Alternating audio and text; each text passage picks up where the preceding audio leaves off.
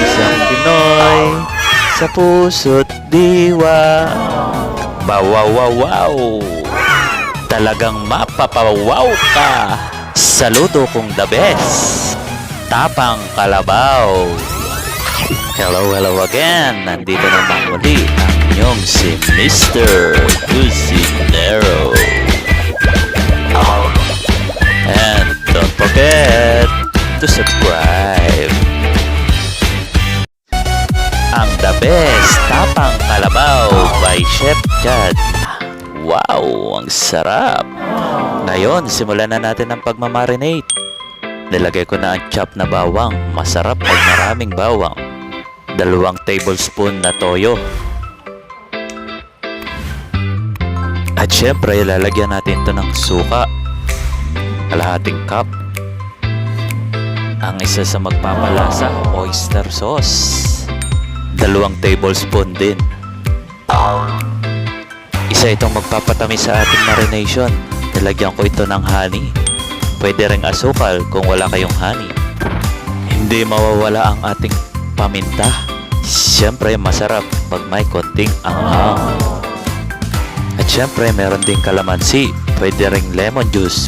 Pagsasama-samahin lang natin ang mga sangkap at hahaluin hanggang sa tumamak ang kombinasyon ng tamis, alat, lasa ng bawang, at kakaibang lasa at masasambit mo ay wow!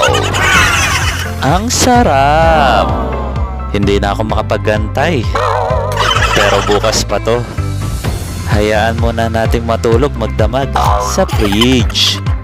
Ang ating kalabaw na tinapa. Kailangan guys, mas matagal na marination, mas masarap. Oh guys, yun lang ang aking secret recipe ha. Atin lang yun. At ito nga pala ang isa ko pang sekreto bago ko i-marinate. Ang ginawa ko para lumambot ang karne, marahan na tadtarin. Ingatan mo, parang giip mo lang. Huwag mong hayaang humiwa-hiwalay ang mga laman. Siguraduhin intact pa rin to sa isa't isa. Kay sarap gumising sa umaga pag may nakababad na jowa. Mga Kanoy P, lutuin na natin ang kalabaw. Sa pagluluto nito, hindi muna ako gagamit ng mantika. Pagkalagay ng karne, isama na rin ang liquid na pinagbabara ng karne. Ito na, sekretong malupit. Shout out sa mga Team Happiness. Hindi mawawala ang Coke para maging juicy at magbibigay ng kakaibang lasa. Takpan na, lutuin sa mahinang apoy. Balikan natin pagkaraan ng 10 minuto. Sa kalagitnaan ng pagluluto, i-check natin ang tapa. Antayin lang na mag-evaporate ang liquid nito. Huwag hayaang mag-dry ang tapa. Kapag kaunti na ang liquid, lagyan ng butter. Ma-amaze ka sa lasa nito dahil sa butter. Tandaan guys, sa mahinang apoy lang tayo nagluluto para maging tender at juicy ang ating tapang kalabaw.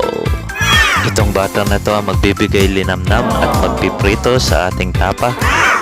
Ready na ang ating tapang kalabaw.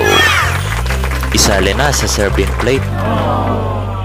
Walang tapon, dito tayo magsasangag sa pinaglutuan ng tapa.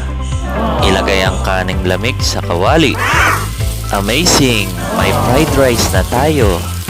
Siguradong huli ang panlasa nyo. At talaga namang napakasarap. Yummylicious, tenderlicious, delicioso. Ang the best Tapang Kalabaw. Don't forget to subscribe. Syempre, paki-like and share na rin. Oh, shout out. Budus, Sinlalain. Ito na pulutan para Anthony, April, Jox at Julius.